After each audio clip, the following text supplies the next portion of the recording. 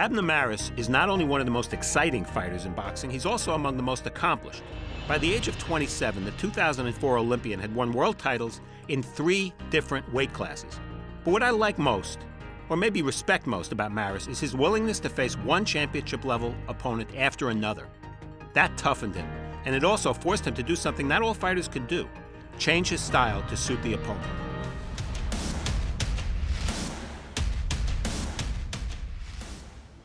In May 2010, Mares was 20-0 when he made his Showtime debut. His opponent, Colombia's Yanni Perez, also had a record of 20-0, but there was one big difference.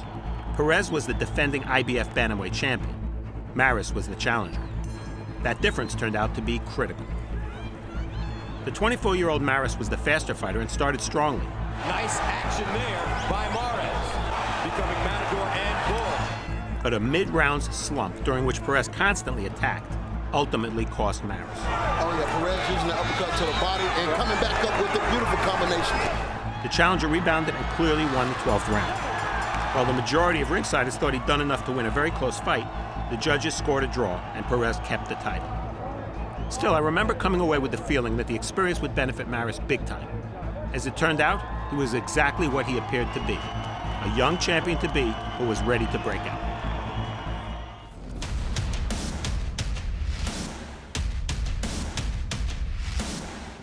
If the draw against Perez showed that Mares had the speed and skills of a champion, his next bout, against power-punching former champ Vic Jarchinian, showed he had the mettle. In the first round, Mares suffered a cut over his left eye. In the second round, he was knocked down. Oh my, big left, and that's a knockdown. Abner Mares down for the first time. And in the fourth, he was penalized a point for punching low. Otherwise, things were going swimming. But Mares scored his own knockdown in the seventh. Counter shot by Mares. Toughed it out against a physical and intimidating foe and won a split 12-round decision. Under the harshest of conditions, Mares had earned his second try at a world title.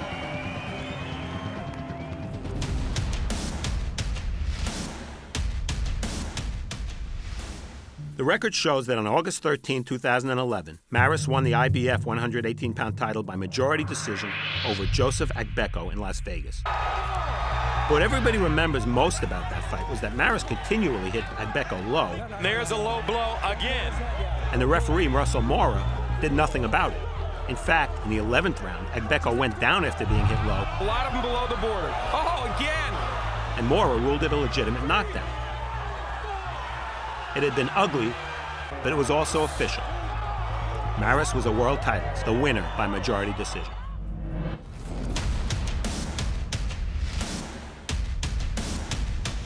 In an immediate rematch with Agbeko, and in defense of his bantamweight title, Mares adjusted, turning slick boxer Charging forward to win by unanimous decision.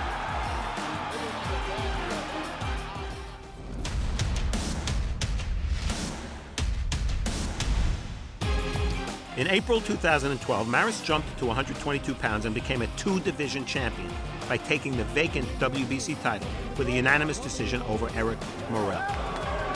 It was a virtual shutout over a tough and willing opponent, but also one who was ring-worn. Mares established himself as the aggressor from the start. He was the busier fighter and the cleaner puncher, and he repeatedly rocked Morel with both hands. Somehow, Morel lasted the distance.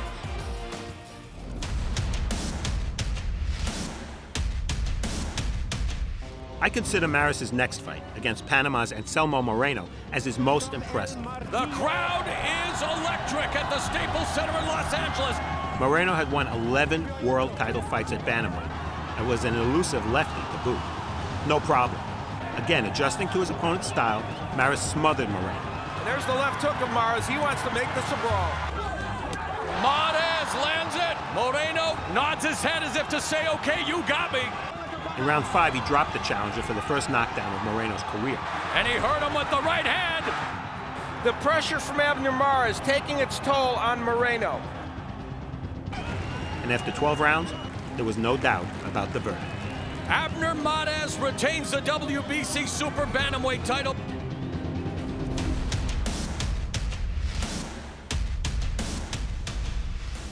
In May 2013, Mares challenged his friend and stablemate, the veteran Ponce De Leon, for the WBC featherweight title. The fighters put aside their feelings. Said De Leon, "We are two Mexican warriors. Great fight." Said Mares, "We'll be friends again after the fight." Yeah, stylistically, this could be very exciting. Showing his versatility, Mares out-finessed the slower De Leon. We are seeing the boxer-puncher Abner Mares. He's not been that in his last 3 or 4 fights. Plenty of action already, as we expected. Overhand right, 2 of them by Mares connect. In round 2, he surprised the southpaw, leading with a left hook to score a knockout. Ponce De Leon goes down! Mamma mia, what a combo! And in the 9th, when De Leon delivered a left to the body, Mares immediately countered with an overhand right that produced knockdown number 2. And down goes Ponce De Leon for the 2nd time tonight. Seconds later, it was over. Ponce De Leon gets rocked with another right hand. And Ponce De Leon now covering up as Mares goes in for the proverbial kill here in round 9. Wow! With Mares having recorded his first stoppage win in 3 years. Over the course of only 2.5 years, Mares had won world titles at 3 different weights. He had also established a ring image. He wasn't a huge KO threat, but he hit hard enough to secure respect, and he was resilient enough to overcome whatever problems his opponents posed. There was no argument. Mares, unbeaten in 27 fights, was one of the best young champions in boxing. Things couldn't have been better.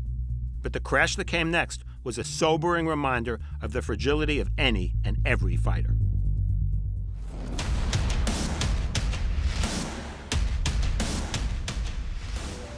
Defending his featherweight title against Mexico's Johnny Gonzales, an opponent who was his 8th consecutive current or former world champion, Mares was a considerable favorite.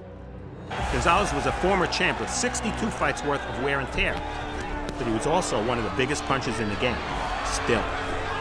Gonzales drops Mares with the lethal left hook! A wide left hook, minutes into the fight, put Mares on the floor. And seconds later, the fight was over. Mares goes down again! Mamma mia! Gonzales has done it! Just like that, in less than a round, Mares was an ex-champion. And like all knockout victims, he was now viewed as damaged goods until he proved otherwise. When Mares returned, he did so without trainer Clemente Medina, who had been in his corner for years. Instead, Mares hooked up with Virgil Hunter, best known for guiding Andre Ward. In his comeback fight, Mares fought intelligently against Jonathan Oquendo and won a unanimous decision. But the alliance with Hunter would last for only 1 fight, with Mares rejoining Medina, with whom he was most comfortable. Next came relatively undemanding wins over Jose Ramirez in 2014 and Arturo Reyes in 2015.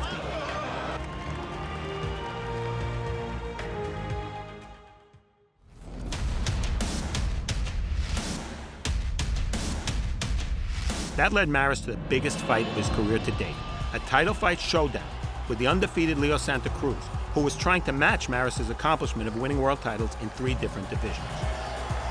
These were established champions and major stars, especially in Southern California. The matchup at the Staples Center was one that fans had been anticipating for quite some time. As it turned out, the fight was among the best of 2015. This time, it was Mares' opponent who made the necessary adjustments to win. A shootout turned into more of a tactical battle when the taller Santa Cruz began boxing and scoring at a distance. This was a radical departure from the volume-punching, inside-fighting Santa Cruz that we had grown accustomed to seeing. After 12 excellent and intriguing rounds, Santa Cruz won by majority decision. There was no reason to think for an LA minute that Mares wouldn't be able to come back from the loss to Santa Cruz. When a fighter is stopped, as Mares had been by Johnny Gonzales, the psychological impact is far greater than when he loses a competitive fight on points. Or to put it another way, Mares had already proven his resiliency.